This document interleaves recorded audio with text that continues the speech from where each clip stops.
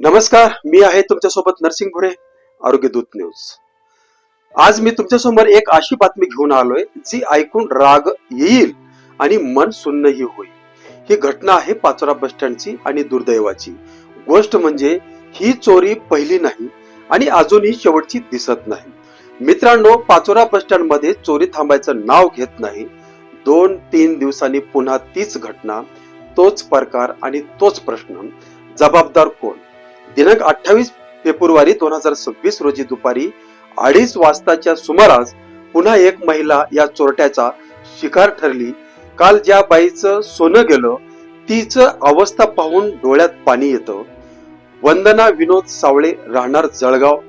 बहिणीच्या सासूबाईचे निधन झालं म्हणून त्या पाचोऱ्यात दहाव्याच्या कार्यक्रमासाठी आल्या होत्या. कार्यक्रम आवरून दुपारी 2:30च्या सुमारास बसमध्ये चढत असतानाच क्षणात त्यांच्या गळ्यातलं 5 ग्रामाचं सोन्याचं पोत चोरीला गेलं. ती बाई रडत होती. एक रुपया जमवून हे सोनं घेतलं होतं असं सांगत होती. मित्रांनो, हे सोनं केवळ दागिने नाही, हे महाराष्ट्रातल्या बाईचं स्वाभिमानाचं अलंकार आहे. आता प्रश्न असा आहे, ही चोरी का थांबत नाही? पोलीस प्रशासन अपयश आहे का, की बस आगाराचं दुर्लक्ष? आम्ही पाचोरा पोलीस स्टेशनचा संपर्क साधला, ते सांगतात इथे कॅमेऱ्याची कमतरता आहे.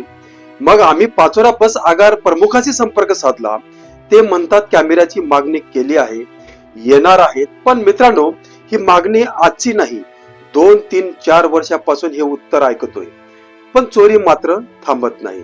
2-3 दिवसांनी होतच आहे. आज परिस्थिती अशी आहे की सर्वसामान्य माणूस या दोन यंत्रणाच्या मध्ये चिरडला जातोय. पोलीस आहेत, काही प्रमाणात कॅमेरे आहेत, तरीही चोरी थांबत नाहीये. मग नेमकं जबाबदार कोण? कोणीतरी जबाबदारी स्वीकारणार आहे की नाही? पाठी मागून तुम्हाला दाबलं का ते? मागून ढकलला मला, ढकललं पुढे. असं आहे का? मी हिच्या पुढे होती, मला लागलं, मी अशी पुढे झाली ना, मला लागलं, हे एवढं लागलं मला.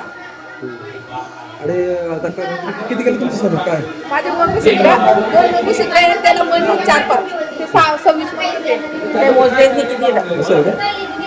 वरचं 26 म्हणजे 4 ग्रॅमचं गेलं सगळं तिचं. 4 ग्रॅमचे गेले.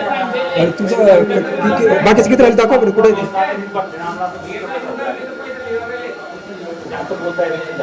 ते जे बारीक मध्ये सापडलं सगळं ते माझ्या पोटच्याच असते.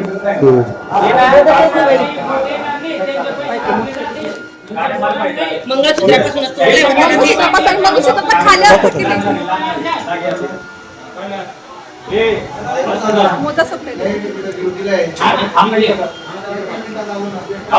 आता याच्यामध्ये तुमचं काय गेलं आता? म्हणून मंगळसूत्र गेले.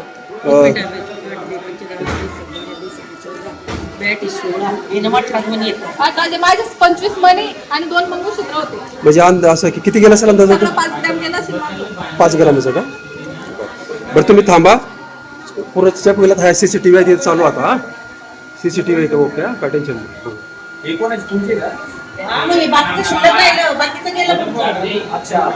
बरं, तुम्हाला कुठे कुठे जातोय तुम्ही? आम्ही जळगावला जातोय. जळगावला जात होते आम्ही. आणि इकडे कुठे आले होते? पाचोऱ्याला आले आम्ही. संध्याकाळी त्यांच्या आईचं दाव्याला आलेलो होतो आम्ही आता. आईच्या दाव्याला का? बरं. आणि आता जळगावला जात होते. माहेर कोणतं आहे? कठोऱ्याचं, चोपड्याजवळचं कठोरा. असं आहे का? म्हणजे आईच्या धाब्याला आले होते. जेठानीच्या संजय काळे आहेत ना, माझ्या भावाची साडू आहेत, म्हणजे हिच्या जेठाचे साडू आहेत. त्यांच्या ते आमच्या सोबत आहेत. बसू द्या, बसू द्या. आमच्या सोबत आहे. बरं, हा, सोबत आहे ती. बोला बोला. हा, बोला. हा, मग कोणाकडे आले होते म्हटलं? संजय काळे. बरं. त्यांच्याकडे दाव्यावर त्यांच्या आलेलो आईचं होतो. नाव होतं उत्तर कार्य. कुठं होतं? पाचोऱ्यात? पाचोऱ्यात. आता आम्ही रिक्षाने आलो, इथं चढलो आणि इथं पोट पिटली आमची. इथं माझा मनी सुद्धा सापडला आहे. इथे सापडला का? 2 मणी सापडले. 2 मणी सापडले. बरं, ठीक आहे, आपण चेक करायला लावू. टेन्शन घेऊ.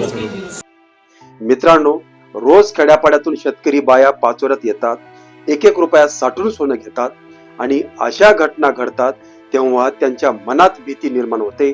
आज अवस्था अशी आहे की घराच्या बाहेर सोनं घालायचं की नाही, हा प्रश्न महिलांना पडतोय. हे अत्यंत वाईट आहे आणि धोकादायक आहे. मी प्रशासनाला थेट प्रश्न विचारतो, ही चोरी थांबणार कधी? CCTV कॅमेरे नेमकं कधी बसणार? पाचोरा बस स्टँड सुरक्षित कधी होणार? जोपर्यंत ठोस कारवाई होत नाही तोपर्यंत हा आवाज उठवणं आमचं कर्तव्य आहे. मित्रांनो, हा व्हिडिओ जास्तीत जास्त शेअर करा, कारण आज वंदना सावळे आहेत, उद्या कोणीही असू शकतं. ही चोरी थांबायला पाहिजे आणि त्यासाठी कोणीतरी जबाबदार ठरायलाच पाहिजे. मी नरसिंग भुरे, आरोग्य दूत न्यूज. धन्यवाद.